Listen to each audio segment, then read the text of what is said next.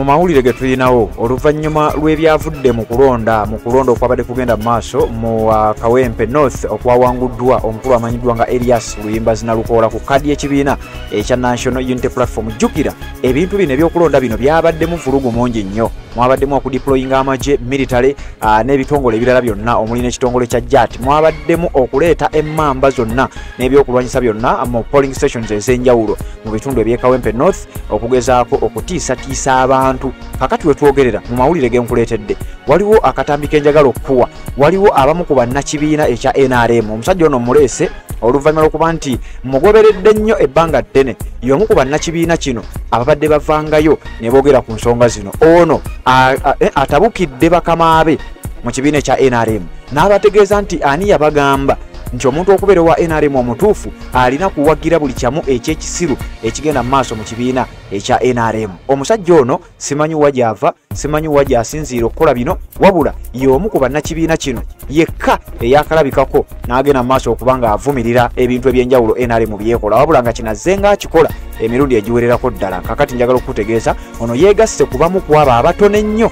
abategeezezza nga bwe bagenda okuva mu kibiina kya NRM olw'ekyo ekifaananyi ekyabadde mu bitundu eby'e Kawempe. Obutambi obwo nja bukuwa, waliwo bannakibiina ekyo bangi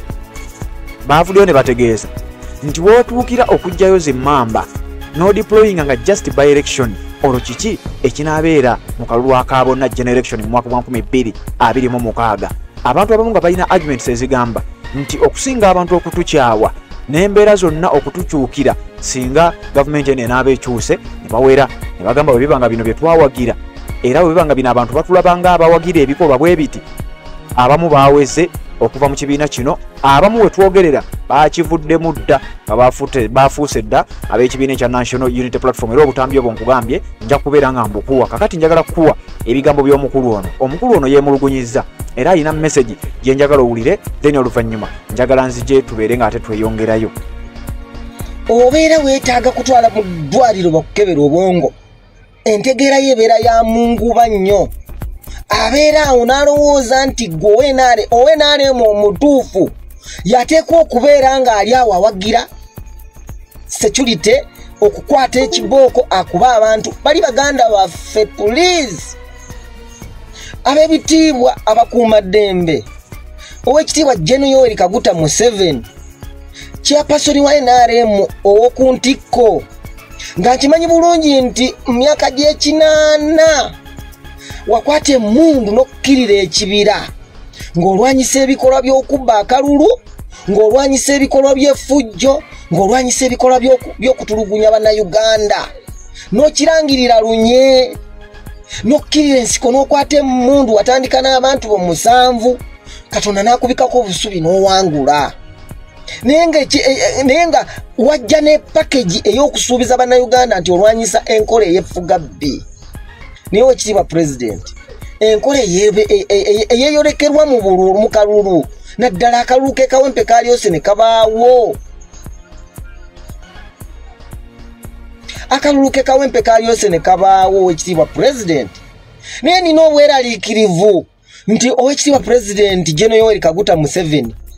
ba State House Controller bwe babeera bakulaga TV z'olabirako ebigenda mu maaso, nina obweraliikirivu nti ebifaananyi ebijjirako babyeditinga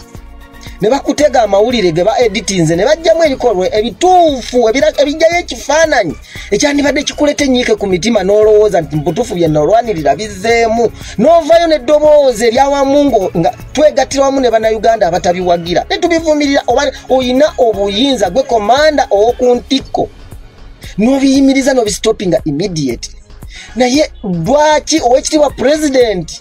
lwaki amagye gakomyawo ekifaananyi ekyakutwala mu nkiko okulwana? Oweekitiibwa President, lwaki amagye lwaki obubondo obweyolekera mu kalulu, obweyolekera mu bululu, lwaki bujjayo ekifaananyi eky'obusiifu empisa? Lwaki boonoona ekitiibwa kya NRM? Lwaki boonoona ekitiibwa kya Uganda okutwaliza awamu Oweekitiibwa President? Bakulimba ne bakutega bbula ne bakulaga ebifaananyi ebyeditinge, ng'ekituufu bakulaga nti security okuggyayo amaanyi gaayo kuba abantu. abantu opposition yesoko kukanyuga amayinja nze nina obweraliikirivu nti ebifaananyi eyo balina gye babyeditingira ekituufu kiri nti noolemu okuvayo ne decision entuufu noolabanga ebifaananyi bye bakutega ku mativi okulaba babyeditinze ng'olaba nti opposition yesoko okusoomooza n'okukanyuga amayinja niye nsaba ow'ekitiibwa nsaba mukaluke kawempe abajja ati nga bakuba abantu nsaba bajjeyo entambi footage bamugjeyo balage ensi nga wa nupu yatambuliranga n'amayinja oba opposition yonna ng'esomooza abakuuma ddembe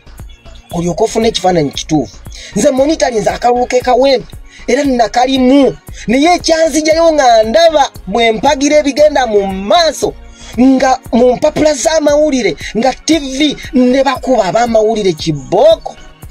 nsi yawe yewagira ekyokutya oba olaba n'amawulire nze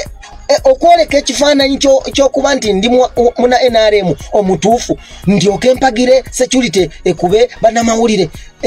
emigobante olwo ndyoke mbeere muna NRM omutuufu era mpagire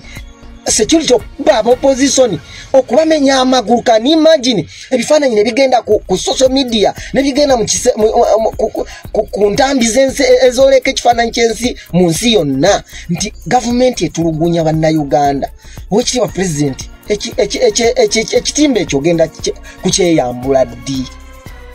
era ffe ng'abawangalira wansi ku ground okugyayo ekifaananyi kituufu omanye nti ku ground olinayo bakada abamonitaringa era bakuwa amawulire amatuufu tuwagire ebyo bajjeyo footage owekitiibwa president leero opposition yayoleseza ekifaananyi ekituufu sinnalabawo obutambi busukka bubiri nga security nga opposition bakanyuza amayinja bakuba security naye abasajja ne bayiika mu ground ne batandika okukuba abantu kibooko ne batandika okukuba abakyala okuba omukyala kibooko abakazi ne bagenda mu kooti ne beeyambula emigongo gyonna nga gikubiddwa kibooko ng'abali nti tuli mu lutalo twagala batutegeeze nti ebyokunoonya akalulu mirembe tubiveeko kati lutalo owekitiibwa president ffe tuli wansi ku ground bamobiliza ba NRM abatekkiriranya na nkola ejja kutukwasa biso okutemagana n'abannaffe tukuwa amawulire amatuufu owekitiibwa president ebyakulwanya biyinza okuba nga byazzeemu newankubadde ng'owe NRM omutuufu yoyawagira ebikolwa byonna ebikolwa owa gavumenti mbunga wa NRM ebikyamu nyimirire wano ku social media ngambe nti abopposition be basoomooza no nze mbeerayo ku ground security ejja n'ekigenderwa kyayo lwaki mwolesa okubba obululu kati ekyo noveeri n'obululu 7 ne mubuleeta ne kamera zine zibalaba ne mututwaza ekifaananyi kyaffe ne mututeerawo embeera egenda okutukyayisa ffe wansi ku ground otambula bagamba nti mwe mukuba abantu mwe mubba abantu mwe mwogera kigavumenti ekitulugunya abantu ne tutambula nga tuli ku bunkenkefu ab'NRM bamobilizers abali ku ground bwe tunaayogerako nga batugamba nti oyo mbega wa opposition tuli bambega ba opposition olwokuba twogedde ku bikolwa ebikyamu ebyeyolekeramu NRM mwe mulaba nti si ffe twandibadde abatuufu b'okubeera nga tuli ba NRM abatuufu abalaba ensobi ezigenda okutuleetera okukomyawo embeera y'okukwata amajambi okutemagana ng'ekyali e Rwanda ng'ekyo yolekedde mu nsi zonna ze mumanyi inna lillahi wa inna ilaihi rajiun mbwammwe buli muntu yenna akwata omuggo mu kalulu tugenda mu kalulu ka 2026 temuyina nkola gye muyinza kukolawo okukakanya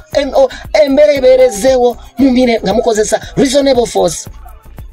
okuba emiggo abantu ne mubakuba emiggo kye kigenda okubawaliriza bawagire NRM no a big no president ebyakulwanya bizzeemu please